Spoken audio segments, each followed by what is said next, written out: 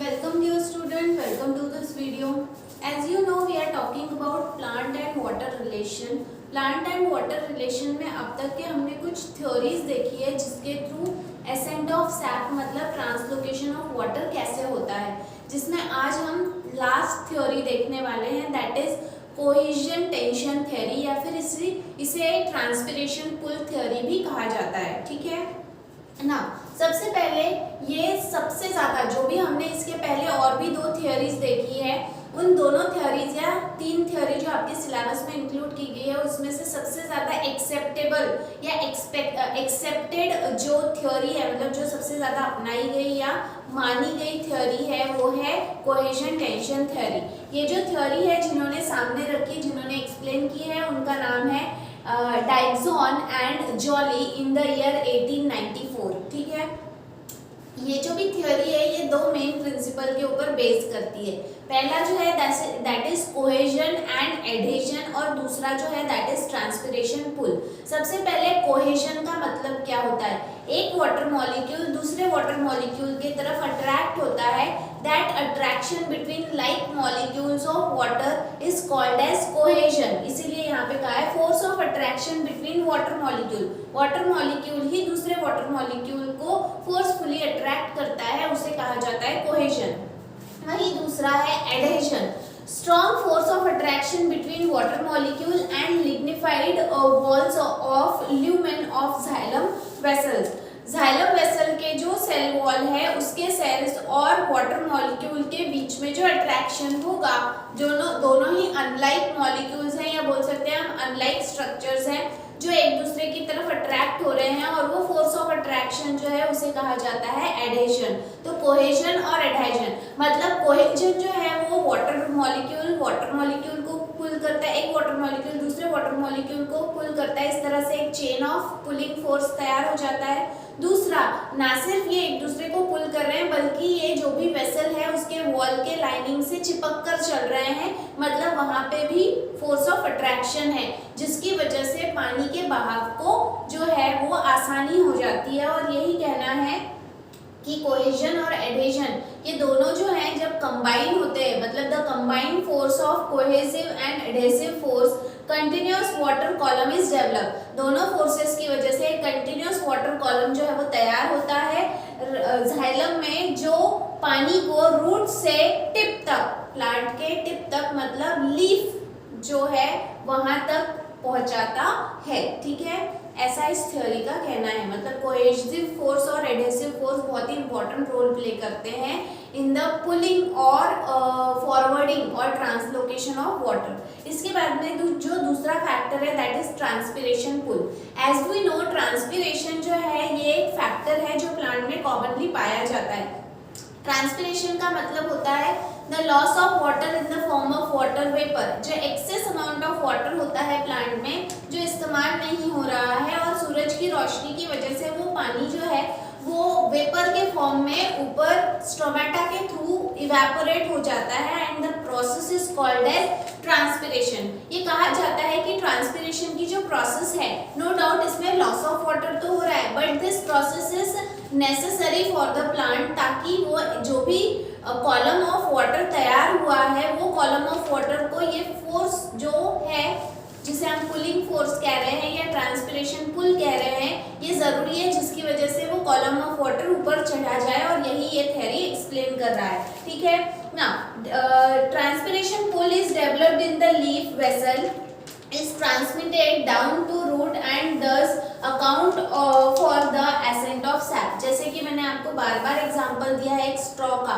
जब तक कि आप स्ट्रॉ को माउथ से स्ट्रॉ में जो है वहाँ पे एक पुलिंग फोर्सफुली उसे खींचोगे नहीं, तब तक के जो भी पानी है या जूस है ग्लास में का वो उस स्ट्रॉ में भरेगा नहीं. और यहाँ पे जो खींचने का काम कर रहा है वो ट्रांसपिरेशन कर रहा है. ऊपर जो वाष्पीकरण होता है मतलब जो इवेपोरेशन होता है जिसकी वजह से जो भी ये टेंशन है वो टेंशन नीचे रूट सेल्स तक पहुँचता है, जिसकी वजह से रूट सेल्स जो है वो पानी के एब्जॉर्प्शन में लग जाते हैं और उसकी वजह से एक कॉलम ऑफ वाटर तैयार होता है जो पानी को रूट से प्लांट के टॉप तक लेकर जाता है. ठीक है. Then excess water is lost in the form of vapour mainly through the stomata of leaf. अब जैसे कि हमें पता है कि ट्रांसपिरेशन की जो प्रोसेस है that is the loss of excess amount of water in the form of water vapour, और ये स्ट्रोमेटा के थ्रू होता है, और स्ट्रोमेटास जो है वो लीफ पे होती है, और लीफ जो है वो प्लांट के सबसे एरियल पार्ट में होता है, ठीक है। This water loss increases DPD, और ये जो भी वाटर लॉस हो रहा है in the form of transpiration वो डीपीडी को इंक्रीज कर देता है, डिफ्यूजन प्रेशर डेफिसिट को इंक्रीज कर देता है मीसोफिल सेल्स के। Mesophyll cells are the special cells present in the leaf. Leaf में ये क्लोरोफिल कंटेनिंग सेल्स होते हैं जिन्हें हम मीसोफिल सेल्स कहते हैं। तो इनमें डीपीडी बढ़ जाता है because of the loss of excess amount of water. तो यहाँ पे इसकी वजह से अल्टीमेटली जो है वो मीसोफिल सेल्स पानी मांगने लगता है, वो पानी जो है फिर जाइलम मतलब वहाँ पे एक टेंशन क्रिएट हो जाता है वाटर के लिए, और उसकी वजह से जो वाटर है वो जाइलम से पुल अप कर लिया जाता है, जाइलम से विड्रॉ कर लिया जाता है, ठीक है।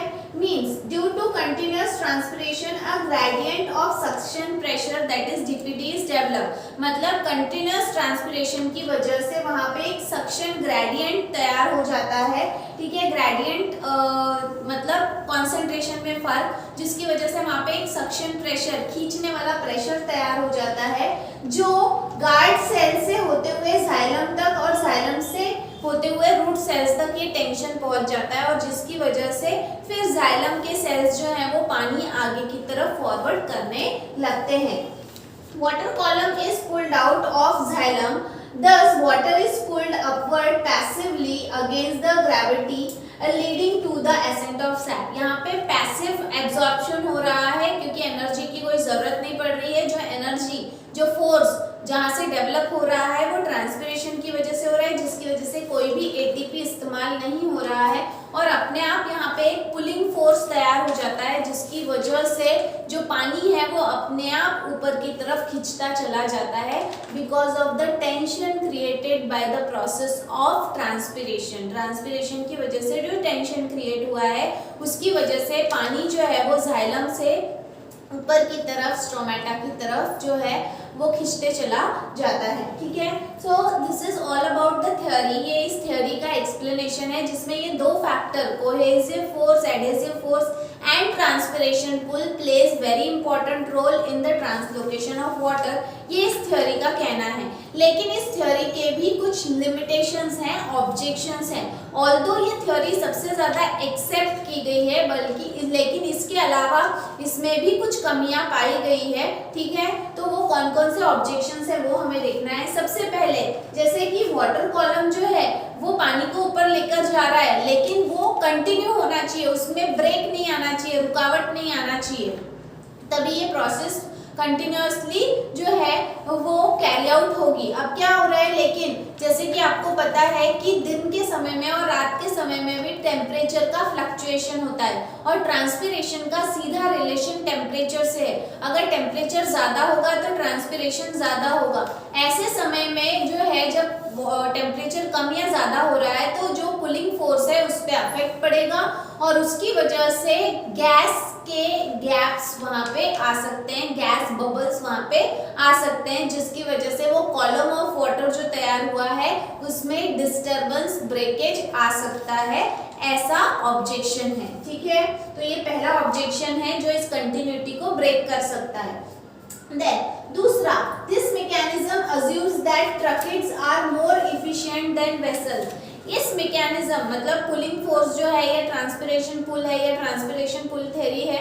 ये थ्योरी का मानना ये है कि इस प्रोसेस में ट्रकेट्स बहुत ही इंपॉर्टेंट रोल प्ले करते हैं एज कम्पेयर टू वेसल्स। मतलब ट्रकेट्स के द्वारा ज़्यादा पानी जो है वो सप्लाई किया जा सकता है आसानी से एज कम्पेयर टू वेसल्स। लेकिन अगर हम फैक्ट देखें तो ट्रकेट्स जो हैं ये प्रिमिटिव टाइप ऑफ सेल्स हैं जाइलम के, वहीं वेसल्स जो हैं दे आर मोर एडवांस्ड और मोर इवॉल्व्ड सेल्स। इसीलिए एक्चुअली अगर हम फैक्ट देखें तो वेसल्स आर मोर एफिशिएंट, मतलब वो ज़्यादा उनकी कैपेसिटी ज़्यादा है एज कम्पेयर टू ट्रकेट्स। लेकिन यहाँ पे उल्टा एक्सप्लेन किया जा रहा है कि ट्रकेट्स ज़्यादा कैपेबल है एज कम्पेयर टू वेसल्स, लेकिन असलियत है कि vessels are more capable than tracheids, ठीक है। तो ये भी एक ऑब्जेक्शन है।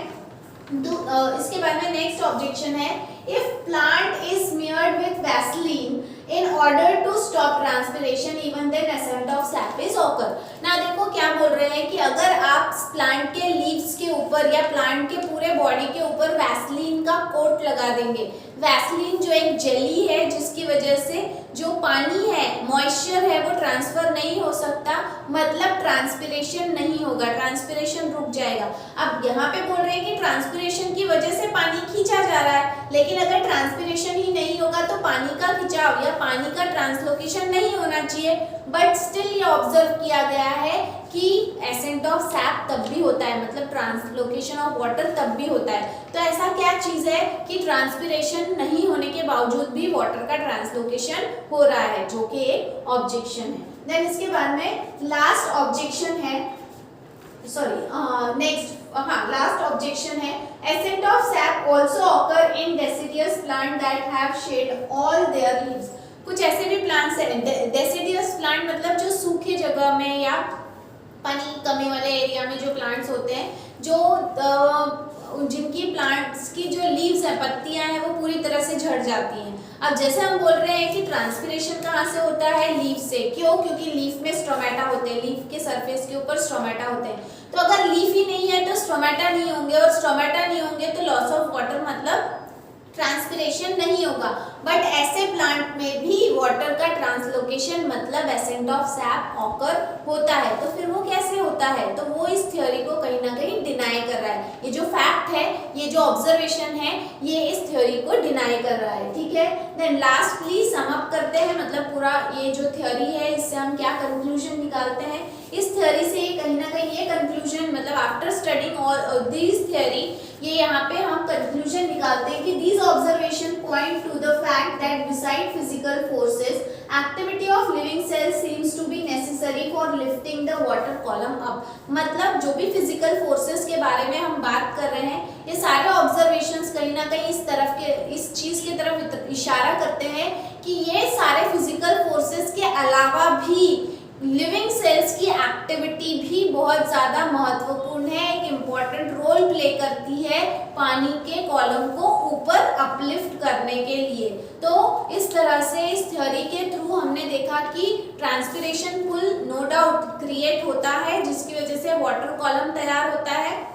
कोहेसिव फोर्स, एडहेसिव फोर्स वहाँ पे एक्ट करते हैं, वाटर कॉलम ऊपर खींचा जाता है with the help of transpiration pull. लेकिन इसके बावजूद भी बहुत सारे ऐसे फैक्ट हैं जो इस थ्योरी को सपोर्ट नहीं करते। एंड लास्टली फाइनली कंक्लूड किया जाता है कि ना सिर्फ ये फिजिकल फोर्सेस के थ्रू पानी जो है उसका कॉलम तैयार होता है या पानी को ऊपर खींचा जाता है, बल्कि इसके अलावा जो भी लिविंग सेल्स प्लांट में अवेलेबल हैं उनकी भी एक्टिविटी बहुत ज़्यादा ज़रूरी है, इम्पॉर्टेंट रोल प्ले करती है in the translocation of water. तो इस तरह से ट्रांसलोकेशन ऑफ वाटर जो है ये यहाँ पे खत्म होता है। इसके बाद में बचता है translocation of food and mineral, जो हम देखने वाले हैं हमारे नेक्स्ट वीडियो में। तो आज के लिए इतना ही। Till then thank you very much.